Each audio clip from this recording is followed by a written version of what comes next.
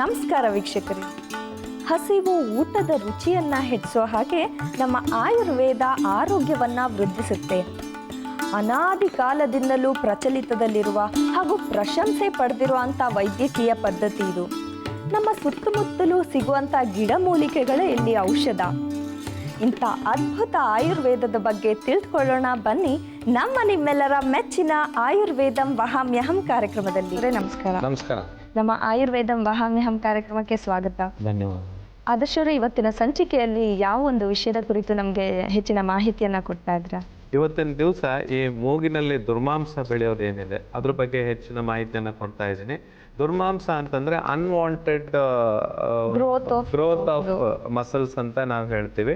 ಈಗ ಮೂಗು ಅನ್ನೋದೇನಿದೆ, ಮೂಗಿನಲ್ಲಿ ಇರುವಂತ ಆ ಒಂದು ಬೋನಿಗೆ ನಾವು ಕಾರ್ಟಿಲೇಜ್ ಬೋನ್ ಅಂತ ಹೇಳ್ತೀವಿ. ಅಂದ್ರೆ ಇಟ್ ಇಸ್ ಕಾಮನ್ ಟರ್ಮ್ ನಲ್ಲಿ ನಾವು ಹೇಳ್ಬೇಕಾಯ್ತು ಅಂತಂದ್ರೆ ಮೃದುವಾದ ಒಂದು ಸಾಫ್ಟ್ ಆಗಿರುವಂತ ಬೋನ್ ಸ್ಟ್ರಕ್ಚರ್ ಅಂತ ಹೇಳಿ. ಕಿವಿ ಆಗಿರ್ಬೋದು, ಮೂಗಾಗಿರ್ಬೋದು, ಇದಕ್ಕೆ ಸಾಫ್ಟ್ ಬೋನ್ ಅಂತ ಹೇಳಿ ನಾವು ಹೇಳ್ತೀವಿ.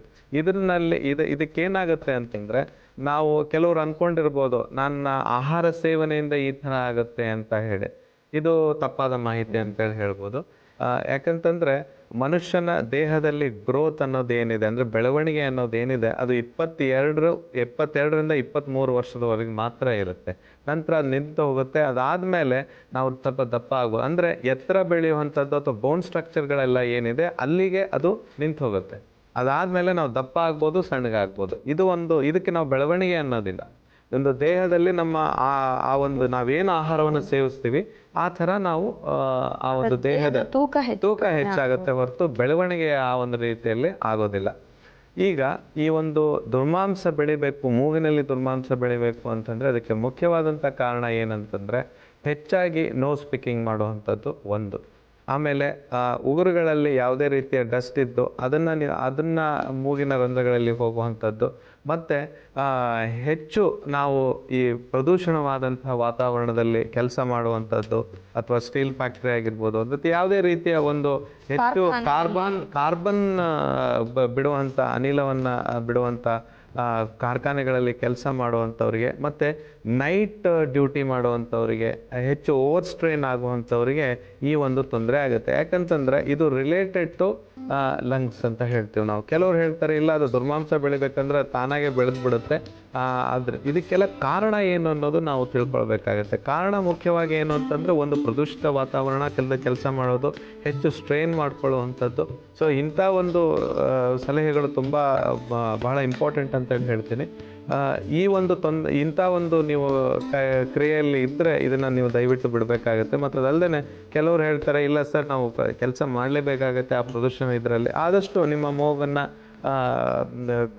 ಕವರ್ ಮಾಡಿಕೊಂಡು ನೀವು ಕೆಲಸ ಮಾಡುವಂಥದ್ದು ಭಾಳ ತುಂಬ ಈಗ ಮಾರುಕಟ್ಟೆಯಲ್ಲಿ ಸಿಗುತ್ತೆ ನಿಮಗೆ. ಆದಷ್ಟು ಪ್ರದೂಷಿತ ವಾತಾವರಣದಿಂದ ದೂರ ಇರೋದು ತುಂಬ ಉತ್ತಮ ಅಂತ ಹೇಳ್ಬೋದು. ಈಗ ಈ ದುರ್ಮಾಂಸ ಬೆಳೆದಾಗ ಬೆಳ್ಳುಳ್ಳಿ ಇಸ್ ದ ಆಂಟಿಬಯೋಟಿಕ್, ಮತ್ತು ಅಂಥ ಒಂದು ಬೆಳ್ಳುಳ್ಳಿಯನ್ನು ನಾವು ಯೂಸ್ ಮಾಡೋದ್ರಿಂದ ಅದರಂಥ ಒಳ್ಳೆ ಈ ಮೂಗಿನ ತೊಂದರೆಗಳು ಮತ್ತು ಕಿವಿಯ ತೊಂದರೆಗಳಿಗೆ ಬೆಳ್ಳುಳ್ಳಿ ಅಂದರೆ ರಾಮಬಾಣ ಅಂತ ಹೇಳ್ಬೋದು. ಇವತ್ತಿನ ನಮ್ಮ ಪ್ರಯೋಗದಲ್ಲಿ ಕೂಡ ನಾವು ಬೆಳ್ಳುಳ್ಳಿಯನ್ನು ಪ್ರಯೋಗಿಸ್ತಾ ಇದ್ದೀವಿ. ಅದನ್ನು ನೋಡಿ ಅದರ ಉಪಯೋಗಗಳನ್ನು ತೆಗೆದುಕೊಳ್ಳಿ. ಮತ್ತು ಅದಲ್ಲದೆ ಕೆಲವರು ಹೇಳ್ತಾರೆ ದುರ್ಮಾಂಸ ಬೆಳೆದಾಗ ಆಪ್ರೇಷನ್ ಮಾಡಿಸ್ಲೇಬೇಕು ಅಂಥೇಳಿ. ಅದು ನಿಜವಾದ ಸಂಗತಿ. ನಿಮಗೆ ದುರ್ಮಾಂಸ ಹೆಚ್ಚು ಬೆಳೆದು ಶ್ವಾಸ ತೆಗೆದುಕೊಳ್ಳುವಾಗ ತೊಂದರೆ ಆಗ್ತಾ ಇತ್ತು ಅಂತಂದರೆ ಅದನ್ನು ನೀವು ಆಪ್ರೇಷನ್ ಮಾಡೋದು ತುಂಬ ಇಂಪಾರ್ಟೆಂಟ್ ಆಗುತ್ತೆ. ಇವತ್ತಿನ ದಿವಸ 2 ಪ್ರಯೋಗಗಳನ್ನು ನಾವೇನು ಮಾಡ್ತೀವಿ ಅದನ್ನು ನೋಡ್ಕೊಂಡ್ಬಿಟ್ಟು ಇನ್ನೂ ಹೆಚ್ಚಿನ ಮಾಹಿತಿಯನ್ನು ನೀವು ಪಡ್ಕೊಳ್ಬೋದು. ಸ್ನೇಹಿತರೆ, ಈ ಮೂಗಿನಲ್ಲಿ ದುರ್ಮಾಂಸ ಬೆಳೆಯುವಂಥ ಸಮಸ್ಯೆ ಹೇಗೆ ಉಂಟಾಗುತ್ತೆ, ಇದಕ್ಕೆ ಕಾರಣ ಏನು, ಹಾಗೆ ಇದಕ್ಕೆ ಏನು ಪರಿಹಾರ ಕಂಡುಕೊಳ್ಬೋದು ಮನೆಯಲ್ಲಿ, ಇದ್ರ ಬಗ್ಗೆ ನೋಡಿದ್ವಿ. ಬನ್ನಿ ಈಗ ಈ ಸಮಸ್ಯೆಗೆ ಮನೆಯಲ್ಲಿ ತಯಾರಿಸಬಹುದಾದಂಥ 1-2 ಸುಲಭ ಸರಳವಾದ ಔಷಧಗಳು ಹೇಗೆ ಮಾಡೋದು ಅಂತ ನೋಡೋಣ. ಇವತ್ತಿನ ಈ ಪ್ರಯೋಗಕ್ಕೆ ಬೇಕಾಗಿರುವಂಥ ಬಹಳ ಸುಲಭವಾಗಿ ಸಿಗುವಂಥ ಸಾಮಗ್ರಿಗಳನ್ನು ಯೂಸ್ ಮಾಡ್ತಾ ಇದ್ದೀನಿ. ಇದು ಯಾವುದು ಅಂತ ಹೇಳಿ ನೋಟ್ ಮಾಡ್ಕೊಳ್ಳಿ. ಬೇವಿನ ಎಣ್ಣೆ, ಬೆಳ್ಳುಳ್ಳಿ ಹಾಗೂ ಗುಗ್ಗುಲ. ಇದನ್ನು ಮೊದಲಿಗೆ ಗುಗ್ಗುಲ ಮತ್ತು ಬೆಳ್ಳುಳ್ಳಿಯನ್ನು ತೆಚ್ಕೊಳ್ಬೇಕು. ಬನ್ನಿ ಅದನ್ನು ಎಷ್ಟು ಪ್ರಮಾಣದಲ್ಲಿ ತೊಗೊಳ್ಬೇಕು ಅನ್ನೋದನ್ನು. ಈ ಗುಗ್ಗುಲವನ್ನು ಒಂದು 5ರಿಂದ 6 ಗುಗ್ಗುಲವನ್ನು ತೆಗೆದುಕೊಳ್ಬೇಕು. ಇದಕ್ಕೆ ಒಂದು 5ರಿಂದ 6 ಬೆಳ್ಳುಳ್ಳಿ ಎಸಳುಗಳನ್ನು ಹಾಕ್ಕೊಳ್ಬೇಕು.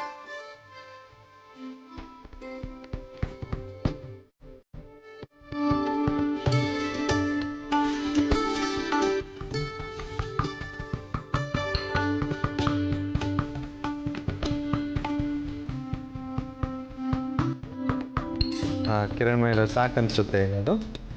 ಈಗ ಒಂದು ಪಾತ್ರೆಯನ್ನು ನಾವು ಬಿಸಿ ಮಾಡಿಕೊಂಡು ಅದಕ್ಕೆ ಬೇವಿನ ಎಣ್ಣೆಯನ್ನು ಹಾಕ್ಕೊಂಡು ಈ ಒಂದು ಏನು ನಾವು ಈ ಗುಗ್ಗುಲ ಮತ್ತು ಬೆಳ್ಳುಳ್ಳಿಯನ್ನು ಪೌಡರ್ ಮಾಡ್ಕೊಂಡಿದ್ದೀವಿ, ಪೇಸ್ಟ್ ಮಾಡ್ಕೊಂಡಿದ್ದೀವಿ, ಅದನ್ನು ಇದಕ್ಕೆ ಹಾಕ್ಕೊಂಡ್ಬಿಟ್ಟು ಕಣ್ಣಿಗೆ ತಾಗಲಾರದ ಹಾಗೆ ಈ ಹೊಗೆಯನ್ನು ನಾವು ಇನ್ಹೇಲ್ ಮಾಡಬೇಕು, ಅಂದರೆ ತಗೊಳ್ಬೇಕು. ಅದನ್ನು ಹೇಗೆ ಅಂತ ಹೇಳಿ ತೋರಿಸ್ಕೊಡ್ತೀನಿ. ಮೊದಲಿಗೆ ಈ ಕಾದ ಪಾತ್ರೆಗೆ 2 ಚಮಚದಷ್ಟು ಬೇವಿನ ಎಣ್ಣೆ ಹಾಕ್ಕೊಂಡು ಇದನ್ನು ನಾವು ಈ ಮೂಗಿನಲ್ಲಿ ದುರ್ಮಾಂಸ ಏನು ಬೆಳೆದಿರುತ್ತೆ ಅದಕ್ಕೆ ತುಂಬ ಉಪಯುಕ್ತವಾದಂಥ ಒಂದು ಹೊಗೆ ಅಂತ ಹೇಳ್ಬೋದು. ಇದನ್ನು ದಿವಸಕ್ಕೆ ನೀವು 2 ಬಾರಿ ಮಾಡಬೇಕಾಗುತ್ತೆ, ಬೆಳಿಗ್ಗೆ ಮತ್ತು ರಾತ್ರಿ ಮಲಗೋಕ್ಕಿಂತ ಮುಂಚೆ 1 ಗಂಟೆಗಳ ಮುಂಚೆ ಕಾಲ ಮಾಡಬೇಕು. ಸ್ವಲ್ಪ ಇದನ್ನು ಶ್ವಾಸ ತಗೊಳ್ಳುವಾಗ ಘಾಟ ಆಗುತ್ತೆ ಮತ್ತು ಮೂಗಿನಲ್ಲಿ ನೀರು ಬಂದಂಗೆ ಆಗುತ್ತೆ, ಅದ್ರ ಬಗ್ಗೆ ಯೋಚನೆನೇ ಬೇಡ. ತುಂಬ ಉತ್ತಮವಾದಂಥ ರಿಸಲ್ಟ್ಸನ್ನು ತಂದು ಕೊಡುವಂಥ ಒಂದು ಔಷಧಿ ಅಂತ ಹೇಳ್ಬೋದು.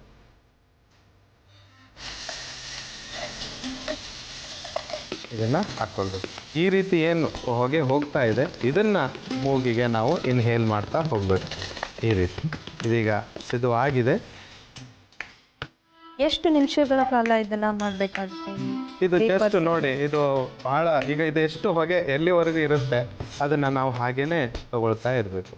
ಆದಷ್ಟು ಕಣ್ಣಿಗೆ ಆಗ್ಲಾರ್ದಾಗ, ಆದ್ರೆ ಏನು ಆಗೋದಿಲ್ಲ, ಆದರೆ ಹೊಗೆಯಿಂದ ಮತ್ತೆ ಕಣ್ಣಲ್ಲಿ ನೀರು ಬರೋವಂಥದ್ದು ತೊಂದರೆ ಆಗುತ್ತೆ. ಸೊ ಆದ್ದರಿಂದ ಈ ಥರ ನೋಡಿ, ಹಾರ್ಡ್ಲಿ 1 ನಿಮಿಷ ಸಿಗುತ್ತೆ ಅದು.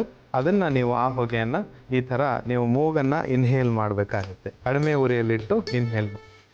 ಸೊ ಇಷ್ಟು ನೀವು ಇದನ್ನು ಮಾಡ್ತಾ ಬಂದರೆ ಮೂಗಿನಲ್ಲಿ ಏನು ದುರ್ಮಾಂಸ ಬೆಳೀತಾ ಇದೆ ಅದು ಸಂಪೂರ್ಣವಾಗಿ ಕ್ರಮೇಣವಾಗಿ ಸರಿದು ಹೋಗುವಂಥ ಶಕ್ತಿ ಈ ಗುಗ್ಗುಲ ಮತ್ತು ಬೆಳ್ಳುಳ್ಳಿಲಿದೆ ಅಂತ ಹೇಳ್ಬೋದು. ಮತ್ತು ಈ ಎಣ್ಣೆಯನ್ನು ಇದು ಈ ಥರ ಆದಮೇಲೆ ನಂತರ ಈ ಎಣ್ಣೆಯನ್ನು ಉಳಿಯುತ್ತೆ, ಅದನ್ನು ಮೂಗಿನ ಮೇಲ್ಭಾಗದಲ್ಲಿ ಹಚ್ಕೊಳ್ಳೋದು ತುಂಬ ಉತ್ತಮವಾದಂಥ ರಿಸಲ್ಟ್ಸನ್ನು ತಂದುಕೊಡುತ್ತೆ. ಇದನ್ನು ಈಗ ಉಳಿದಂಥ ಎಣ್ಣೆ ಏನಿದೆ ಅದನ್ನು ಒಂದು ಬಟ್ಟಲಲ್ಲಿ ನಾವು ತೆಗೆದುಕೊಳ್ಳೋದು.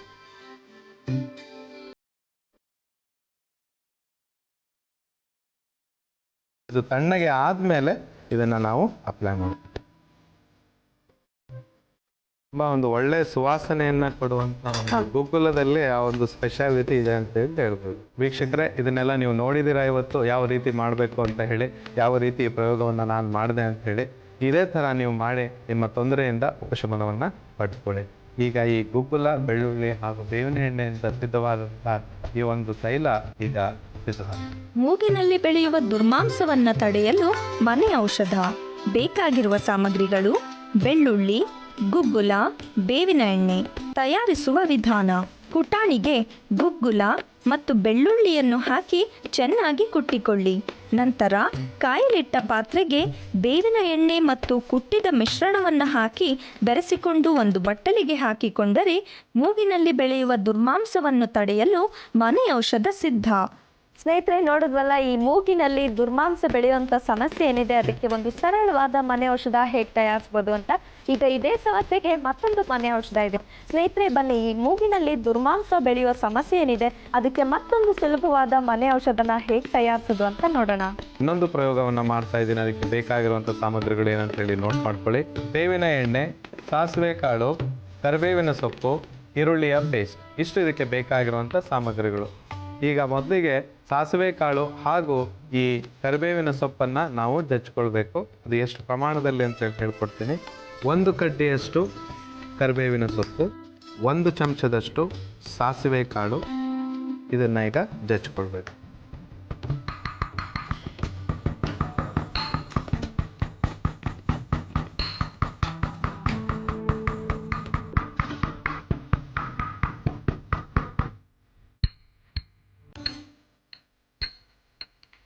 ಈಗ ಇದು ಸಿದ್ಧವಾಗಿದೆ, ಅಷ್ಟು ಸಾಕನ್ಸುತ್ತೆ.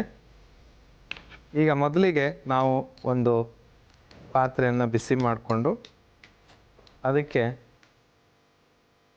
3 ಚಮಚದಷ್ಟು ಬೇವಿನ ಎಣ್ಣೆಯನ್ನು ಹಾಕ್ಕೊಳ್ಬೇಕು. ಇನ್ನೊಂದು 4 ಹಾಕ್ಕೊಂಡ್ರೂ ತುಂಬ ಉತ್ತಮವಾದ, ಯಾಕಂದರೆ ಈ ಎಣ್ಣೆಯನ್ನು ನೀವು ಸ್ಟೋರ್ ಮಾಡಿ ಇಟ್ಕೊಳ್ಬೋದು. ಇದಕ್ಕೆ ನಾವು ಸಿದ್ಧ ಮಾಡಿದಂಥ ಏನು ಸಾಸಿವೆ ಕಾಳು ಹಾಗೂ ಈ ಕರಿಬೇವಿನ ಸೊಪ್ಪೇನಿದೆ ಅದನ್ನು ಇದಕ್ಕೆ ಹಾಕ್ಕೊಳ್ಬೇಕು. ಹಾಕಿದ ನಂತರ ಇದಕ್ಕೆ ಈರುಳ್ಳಿಯ ಪೇಸ್ಟ್ 1 ಟೀ ಸ್ಪೂನಷ್ಟು ಹಾಕ್ಕೊಳ್ಬೇಕು. ಈ ಬೇವಿನ ಎಣ್ಣೆಯಲ್ಲಿ ನಾನು ಮೊದಲೇ ಹೇಳಿರೋ ಹಾಗೆ ತುಂಬ ಒಂದು ಆಯುರ್ವೇದದ ಅಂಶಗಳು, ತತ್ವಗಳು, ಸತ್ವಗಳು ಇರೋದ್ರಿಂದ ಇದು ಮೂಗಿನಲ್ಲಿ ಈ ಈರುಳ್ಳಿ ಜೊತೆ ಮಿಶ್ರಣಗೊಂಡಾಗ ಆ ದುರ್ಮಾಂಸವನ್ನು ಕರಗಿಸುವಂಥ ಒಂದು ಶಕ್ತಿ, ಒಂದು ಕ್ರಿಯೆ ಇದು ಮಾಡುತ್ತೆ ಅಂತೇಳಿ ಹೇಳ್ಬೋದು. ಇದನ್ನು ಜಸ್ಟ್ ಒಂದು 2 ನಿಮಿಷಗಳ ಕಾಲ ಕಡಿಮೆ ಉರಿಯಲ್ಲಿ ಇದನ್ನು ಬಿಸಿ ಮಾಡ್ಕೊಳ್ಬೇಕು. ಈ ಥರ ಮಾಡ್ಕೊಂಡ ನಂತರ ಇದನ್ನು ನಾವು ಸ್ಟ್ರೈನ್ ಮಾಡ್ಕೊಳ್ಬೇಕು. ಬರೀ ಎಣ್ಣೆಯನ್ನು ಮಾತ್ರ ನಾವು ಯೂಸ್ ಮಾಡಬೇಕಾಗತ್ತೆ.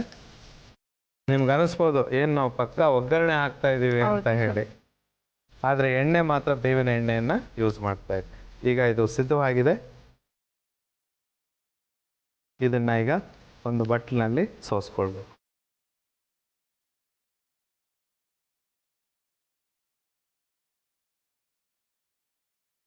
ಈ ಥರ ಇದನ್ನು ನಾವು ಸೋಸ್ಕೊಳ್ಬೇಕಾಗತ್ತೆ. ಹಾಗೆ ನೀವು ಹೇಳಿದಾಗೆ ಇದನ್ನ ಶೇಖರಿಸಿ ಕೂಡ ಇಟ್ಕೊಳ್ಬೋದು ಅಂತ ಹೇಳಿ. ಈ ರೀತಿ ತಯಾರಾದಂಥ ಈ ಒಂದು ಲೈಟ್ ಮೇಲೆಲ್ಲೋ ಅಂತ ಹೇಳಿ ಹೇಳ್ಬೋದು. ಆ ಒಂದು ಎಣ್ಣೆಯನ್ನು ಸಂಪೂರ್ಣವಾಗಿ ತಣ್ಣಗಾದ ಫಸ್ಟು. ಅದಾದಮೇಲೆ ಇದನ್ನು 2-3 ಡ್ರಾಪ್ಸು ಮೂಗಿನ ರಂಧ್ರಗಳಲ್ಲಿ ಇದನ್ನು ಹಾಕ್ತದೆ.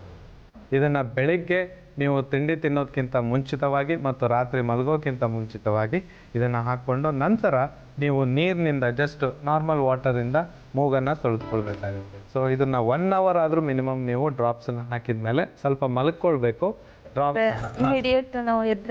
ಹೌದು, ಮತ್ತೆ ಕೆಳಗಡೆ ಬೀಳುವ ಸಂಭವ ಇರುತ್ತೆ.